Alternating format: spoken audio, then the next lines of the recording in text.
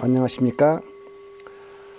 오늘 강의는 이 고성제에 대해서 그 삶은 고라는 큰 제목의 강의여서 10번째인데 지난 9번 강의에서 들은 사람도 있고 듣지 못한 사람도 있을 겁니다. 근데 이제 요점만 말한다면 우리의 그 삶이라는 것은 결국은 아리아식에 저장된, 아리아식이라는 것은 이제 불교 용어입니다만은 현대 심리학과 비교하자면 무의식이라고 보면 되겠습니다. 그 무의식에 저장되는 어떤 프로그램이 있어서 그 프로그램을 불교에서 업이라 부르는데 그 업에 의해서 끌려다니기 때문에 우리는 겉으로 보기에는 자유의지에서 내가 자유로운 삶을 사는 것 같긴 하지만 사실은 업이 만든 프로그램에 따라서 끌려다니는 삶이다.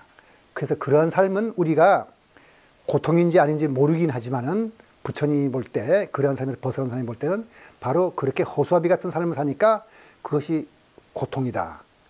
그래서 그 업이 저장된 아리아식을 이제 깨끗이 하면 이제 그런 고통에서 벗어난다는데 그럼 어떻게 깨끗이 하는가 하는 것이 바로 불교의 수행입니다. 그래서 그 불교의 수행의 대표가 8정도인데 그걸 부처님은 뭐라 그러냐면 중도적인 삶을 살아야 된다는데 그 중도의 삶은 바로 8정도라고 했습니다. 그래서 그것을 우리가 열반적정에 이르는 길이라고도 말을 할 수 있는데 오늘 강의는 이 8정도 수행에 대해서 말씀드리고자 합니다. 먼저 예비적으로 생각해 볼 것이 있는데 대승불교에서는 일체 계고 대신에 열반적정을 넣어서 삼법인이라고도 말하게 됩니다. 또는 열반적정과 일체 계고를 모두 넣어서 사법인이라고도 합니다. 그 다음에 생사적 열반이라 하여 범부의 나고 죽는 고통을 깨달은 자의 직원 행복과 같은 것이라고 말합니다. 이게 말이 좀 안 되죠. 일체 계고가 대신에 열반적정을 넣어서 삼법인이라는 말은 일체 계고가 열반적정을 바꿔놓은 거잖아요. 근데 왜 그렇게 말할 수 있는가? 그것은 다시 말하면은 업의 프로그램에서 벗어난 자와 갇힌 자는 같은 것을 다르게 보기 때문이라고 일단 말씀드리는데 이렇게 말씀드려도 여러분들이 얼른 이해가 되지 않기 때문에 한번 백남준 선생님의 비디오 아트를 설명하고 감상하는 것에 한번 비유해서 이 말씀을 드리고자 합니다. 그걸 우리가 환원주의와 전일주의적 관점에 세상을 보는 것을 하는데 먼저 백남준의 비디오 아트를 과학기술자가 그걸 봤다면은 그 사람이 물리학, 색채학, 그다음 음향학 및 전기회로 이론으로 통해 가지고 그 비디오와 오디오에서 나오는 빛과 소리를 분석하고 어떻게 해서 저런 색깔이 나오고 어떻게 저런 소리가 나오는지를 완벽하게 설명할 수 있습니다. 그래서 그는 비디오 아트에 대해서 모르는 것이 없다고 자신할 수가 있어요. 그런데 이 과학기술자가 만일 예술적인 깨달음이 없다면 백남준이 전하고자 하는 예술성에 대해서는 아무것도 모를 겁니다. 예술성에 대해서는 아무것도 느낌이 없으니까 누가 예술성이라는 얘기를 들으면 아주 이상한 생각이 들면서 예술성? 도대체 측정도 할 수 없는 그런 게 어디 있어? 그리고 그런 것에 의미를 부여하고 논한다는 게 말이 돼? 이렇게 말할 겁니다. 그러나 예술적 감각 있는 사람은 비디오 아트 예술성에 대해서 매료되고 감탄할 거예요. 똑같은 걸 봤는데 두 사람이 이렇게 같은 걸 두고 다르게 표현하고 다르게 말합니다.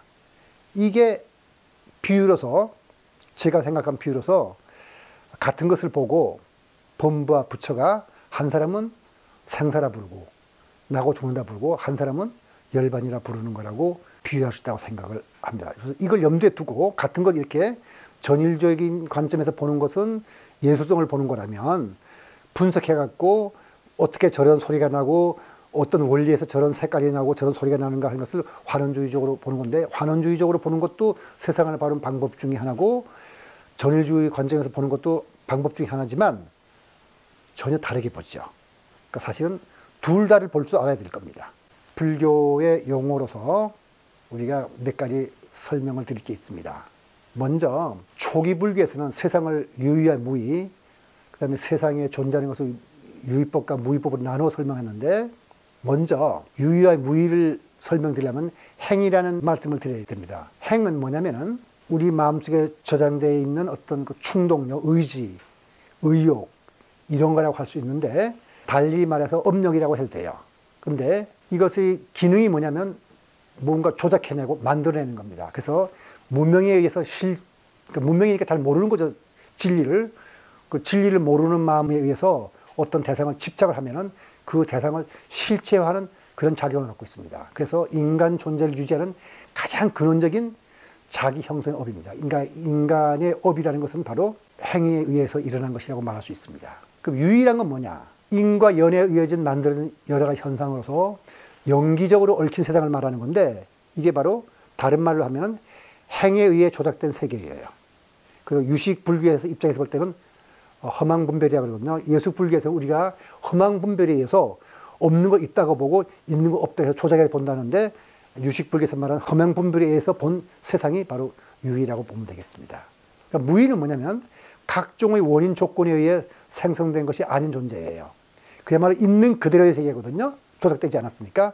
행위에 의해서 이루어진 세계가 아니니까 바로 불교에서 말하는 열반이나 진여, 온갖 분별이 끊어진 상태, 그 다음 탐진치 삼독이 끊어진 마음 상태에서 경험하는 세상, 이거를 우리가 무의라고 부르겠습니다. 그럼 유의법은 뭐냐? 그 유의에 있는 존재들이니까, 즉 생성, 소멸하는 현상세계의 모든 존재들 유의법입니다. 그 무의법은 뭐냐? 소위 무의세계, 즉 인연의 화합에 의해 만들어진 것이 아닌 진리세계에 있는 모든 존재를 통칭해서 우리가 무의법이라고 하는데, 이렇게 놓고 보면은 불교가 이원론적으로 세상을 보는 거라고 생각할 수 있는데, 그런 것이 아니고 유의와 무의는 그런 대립적인 관계가 아니라 유의와 무의는 내면적인 체험입니다. 그러니까 편견과 선입견 등 업의 작용을 해서 있는 것을 없다고 보고 있는 것을 없다고 보는 것이 유의라면, 아무런 조작 없이 있는 그대로의 세계를 보는 것이 무의입니다. 그래서 부처님의 설법을 통해서 한번 유의와 무의를 들어보실까요?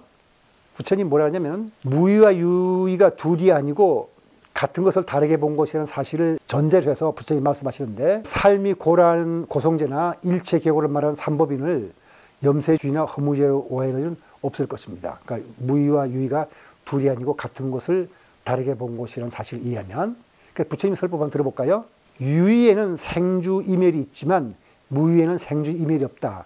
이것은 모두 행이 정멸한 열반이라고 한다.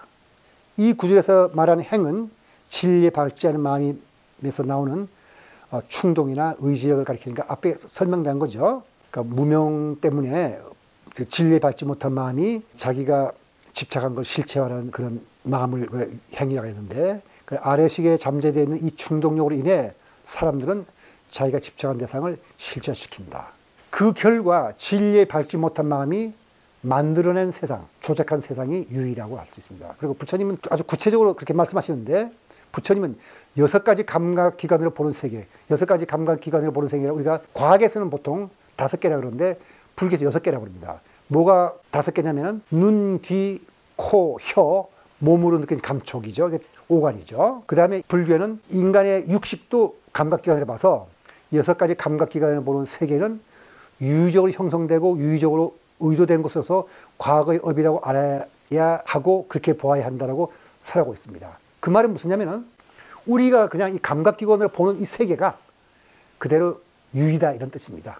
결국 번뇌에 시달리는 마음이 조작해내는 꿈과 같은 세계라는 뜻이죠. 없는 것을 조작해내는 마음이 사라지면, 즉 꿈을 깨면 그가 보는 세상은 무의로서 생주의 이멸이 없다는 뜻입니다. 이제 꿈 꾸는 거나 마찬가지거든요. 꿈을 꾸면서 없는 것이 있다고 보고 있는 것을 없다고 보는 삶이 유의 삶이고, 꿈을 깨어서 있는 그대로의 세상을 살아가는 것이 무의 삶이다. 그것이 열반이다. 이렇게 말씀드리겠습니다. 근데 앞서 설명드린 바와 같이 유의와 무의는 다른 세상이 아니라고 했거든요. 법문부와 부처는 같은 것을 다르게 보고 한쪽은 유의, 한쪽은 무의라고 말하는 겁니다. 그러니까 대승불교에서 말하는 생사중 열반도 같은 뜻이죠. 똑같은 것을 법문부는 나고 죽는다는 어떤 윤회의 고통이라고 보고 있다면, 깨친 사람이 볼 때는 그 자체가 열반입니다. 그래서 이걸 의식적으로 본다면 이렇게 보는 거죠. 여기에 그 일심과 진여라고 썼는데, 아까는 제가 말씀드렸을 때 이것을 아리아식이라 해가지고 그냥 여기서는 진여라고 그랬는데, 이 진여의 관점에서 볼 때는 모든 것이 평등하게 보여요. 망상이 생기면, 망념이란 말은 우리가 물든 마음이죠. 그럼 표충의식에 보면 일체 모든 것은 다르게 보는 겁니다. 그 망념에 의해서 차별한 것만 보게 되면은 이것이 바로 생사로 보이는 거고, 그 다음에 깨달아서 모든 것이 하나의 뿌리에서 나온 것이다 알게 되면 그때는 이제 열반으로 보게 되는 것이죠. 그래서 부처님의 설법을 한 개만 더 들어보기를 하죠. 세상 모든 것은 무상하니 그것은 생멸의 법이다. 생멸을 멀어버리면 정멸은 즐거움이랍니다. 이렇게 말했는데, 이것은 열반경 사구계라고 하는 아주 유명한 개성인데, 이 비슷한 개성은 자아함경이나 금강경, 하엄경에도 많이 나와요. 그 생멸을 멸한다는 것이 뭐냐? 바로 조작하는 마음에서 벗어나는 거죠. 행에서 벗어나는 거. 그것은 무지에서 벗어나는 겁니다. 수행을 통해서 문명에서 벗어나면 있는 그대로의 사물을 경험하게 되게 됩니다. 그러니까 있는 그대로의 사물이란 말은 조작하지 않고 거기에 아무것도 색칠하거나 더 씌우지 않고 있는 그대로 보니까 그게 무의죠. 아무런 작용하지 않았다. 그것이 바로 열반이라고 말씀드릴 수가 있겠습니다. 그래서 일체계고라는 말은 이제 지금 와서 달리 해석하면 우리가 아리아식에 저장된 업에서 끌려다니는 삶으로서 가죽끈에 묶인 개나 마찬가지다. 그렇기 때문에 그런 삶이라면 아무리 즐거워도 고통이라는 게 일체계고인데, 그건 결국은 무슨 뜻이냐면 진리에 이르는 바른 길을 가리키기 위한 겁니다. 당신의 삶이 지금 당신은 거기서 맛있고 좋다고 하지만은 가죽끈에 묶인 개와 같으니까 자유를 찾아라. 다시 말해서 나무에서 고기를 찾지 말고 물에 가서 고기를 찾으라고 하는 그런 가르침이니까, 꿈속에 헤매지 말고 꿈이 꿈인 줄 알고 마음이 조작되지 않은 사물의 진정한 모습을 찾으라는 것이 일체계고의 뜻입니다. 다시 말해 당신 현재 가죽끈에 묶인 삶이다. 그래서 일체계고는 사람들에게 상주불멸인 그 영원한 행복이 있는 무의가 있음을 가리키기 위한 그런 말입니다. 그래서 깨달음과 열반이 달이라면 일체계고는 달을 가리키는 손가락에 해당한다고 말할 수가 있겠습니다. 이런 뜻에서 대승불교에서는 일체계고 대신에 열반을 넣어서 그것을 삼법인이라고도 말을 했던 겁니다. 인간의 그 생명체로서의 삶을 살펴보면 인간에게는 행복이라는 게 있을 수가 없어요. 먹고 먹히는 관계인데, 근데 우리가 의식이 바뀌면 우리가 지금 조작된 세계, 그 유의라고 불렀는데, 아까 부처님 말씀에서 6가지 감각기관을 보는 세계가 유의라고 했는데, 그거는 우리가 지금 보고 있는 먹고 먹히는 세계예요. 거기에서는 일체계고밖에 없어요. 근데 그것을 벗어나면, 그러니까 우리가 비유를 들자면 지평선 안에는 그것밖에 없는데, 그 지평선 너머에 소위 우리의 그 아리아식에 저장되어 있는 업에서 벗어나 보면은 거기에는 무의라고 부르는 아주 지고의 행복의 세계가 있다 하는 것을 가리키는 말이다. 그래서 일체계고는 달을 가리키는 손가락에 해당한다고 말할 수 있습니다. 그렇다면 어떻게 해야 그럼 그 지평선 너머에 있는 어떤 세계가, 그걸 우리가 어떻게 알 수 있느냐, 도달할 수 있느냐. 그 팔정도 수행이라고 그랬습니다. 부처님은.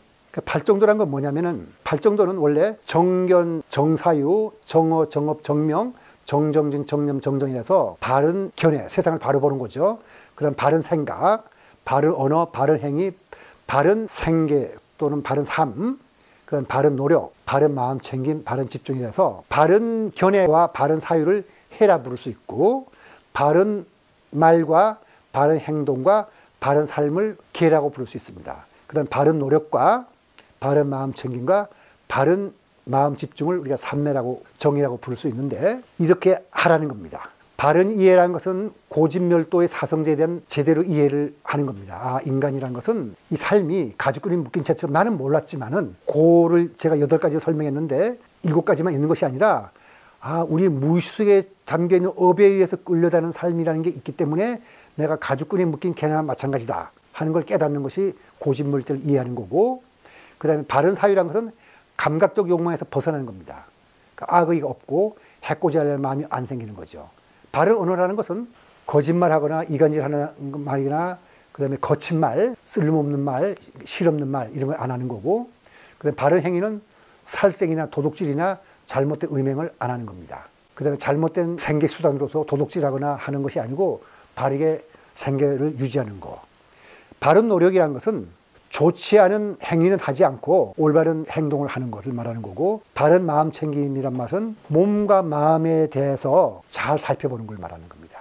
바른 집중은 이제 삼매에 들어간 것이죠. 팔정도는 불교의 상징과 같은 것이지만 대승불교에서 강조하는 수행법은 팔정도는 육바람이에요. 보시, 인욕, 지계, 정진, 선정, 지혜, 이렇게 6가지를 말합니다. 근데 그것도 따지고 보면 계정으로 나눌 수 있는 거죠. 그래서 우리나라가 대승불교이고 대승불교는 이상적인 종교적 인간상인 보살상을 만든 훌륭한 종교예요. 대승불교를 얘기한다면 육바라밀을 강의하는 것이 더 좋을 것 같지만은 사실 육바라밀과 발정도 내용적으로는 같은 것인데 육바라밀을 하지 않고 여기서 그 발정도를 얘기하고 하는 것은 우리 제가자에게는 발정도가 더 친숙해요.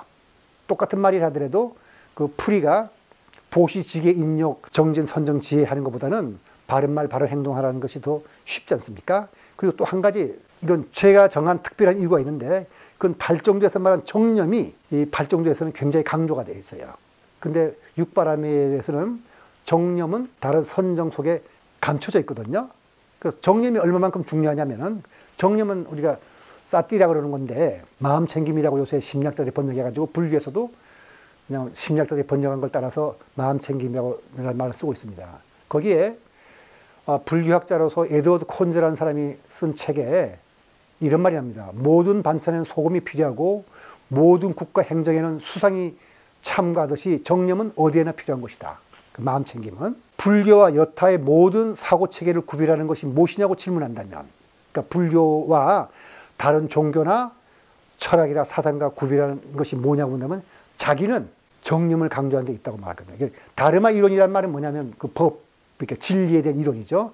때로는 정념 그것이 불교 자체에 거의 동일시된다. 이 정도로 이 정념은 중요한 건데, 그럼 정념은 뭐냐? 사띠라고 보통 말하는데 이게 번역이 어려운 겁니다. 그렇지만 또 우리가 번역 안 할 수 없어서 번역 굳이 하자면 한자어를 쓰는 사람들은 정념이라 불러서 그대로 해석한다면 바르게 마음속에 기억해 두는 걸 말하는 거고, 그걸 현대 심리학자들은 마음 챙김이라 번역했습니다. 풀이를 한다면 항상 생생하게 깨어서 내가 하고 있는 일을 의식하고 느끼는 겁니다. 자기 자신이 관찰하는 거죠. 내가 하는 일 모든 느낌이라든가 마음속에 일어나는 건가 몸속에서 일어나는 걸 다 관찰하는 거니까 내가 나 자신을 관찰자로서 보고 객관화시켜서 바라보는 거예요. 그 정념은 불교만의 독특한 수행법으로서 올바른 선정이 바탕이 되는데, 부처님 말씀에 의하면 5가지 감각 기능은 소위 눈, 귀, 코, 혀, 몸에서 일어나는 이 5가지 감각 기능은 마음에 의지하고, 마음은 정념에 의지하고, 정념은 해탈을 의지한다, 이렇게 말합니다. 해탈을 의지한다는 말은 뭐죠? 바로 의식과 무의식의 경계를 허무는 수행법이라는 뜻이죠. 해탈이라는 것이 바로 그 아리아식에서 일체에 물든 마음을 벗어 던진 거니까 구체적인 수행법으로서 이런 말씀합니다. 호흡에 대한 마음 챙김을 닦아라. 여기서 아나빠네 사티라 그러는데 한자말로 안반수이라고 합니다. 호흡에 대한 마음 챙김을 닦으면 얻는 바가 많아서 이익이 되리라, 큰 이익이 되리라 하는데, 그 뭐냐면 시작은 호흡을 하면서 호흡하는 것을 잘 살피는 건데 그것도 어려워요, 처음에는. 그래서 호흡을 하면서 처음에는 수를 하나씩 둘씩 세는 겁니다. 정신을 거기 집중하고. 그래서 호흡의 의미가 얼마만큼 중요하냐를 살펴볼 텐데, 그거를 호흡에 대한 마음 챙김은 마음과 신경의 작용에 영향을 미쳐서 그걸 조절한다는 것을 과학자들이 밝히고 있어요, 실제로. 그래서 마음챙김 형상이 미국의 심리학자들과 뇌과학의 주목을 받는 건데, 그 다음에 마음과 신경의 이중적 구조에서 마음은 의식과 무의식, 신경은 체성신경과 자율신경으로 나눠져 있거든요. 그럼 체성신경은 우리의 수의근을 운동을 지배하고 있고 불수의근은 자율신경이 지배하고 있는데, 이런 이중적 구조를 연결해 줄 수가 있어요. 호흡은 재밌는 것이 뭐냐면은 우리가 가만 보면 우리 몸속에 있는 것은 심장이 뛰는 거는 불수의근으로서 내가 마음대로 조정 못해요. 그래서 손가락 움직이는 건 내 마음대로 조정해요. 그런데 둘 다에 연결해 주는 게 호흡입니다. 우리 호흡은 내가 아무리 의식을 하지 않더라도 저절로 자율신경에 의해서 무의식적으로 호흡을 하게 돼요. 근데 내가 또 의식적으로 호흡을 조절할 수 있습니다. 그러니까 이건 수의근의 지배를 받을 수도 있고 부수의근의 지배를 받을 수 있는 유일한 행위가 호흡이라는 행위예요. 의식과 무의식을 연결해 주는 수행법으로서 아주 기가 막힌 거죠. 그러니까 마음 공부는 호흡에 대한 마음 챙김에서부터 시작하는데, 그건 호흡을 조절하는 것이 아니고 불교에서는 자연스러운 호흡을 주장합니다. 그러니까 요가라든지 기타 다른 그 수행법을 가면은 호흡 조절부터 가르쳐줘요.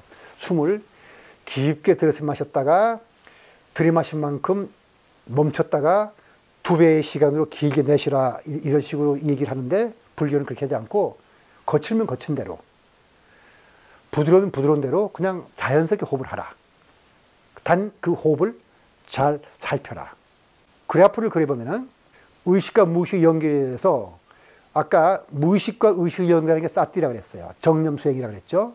그 다음에 우리가 불수의근과 수의근을 연결하는 것은 둘 중에 결쳐 있는 것이 호흡이라고 했습니다. 근데 우리가 잘 아시다시피 불수의근은 무의식적으로 활동하게 되고 수의근은 의식적으로 활동하게 됩니다. 그러니까 의식과 무의식과 불수의근, 수의근 연결하는 점에서 호흡과 사티가 굉장히 중요한 역할을 하게 되는 거죠.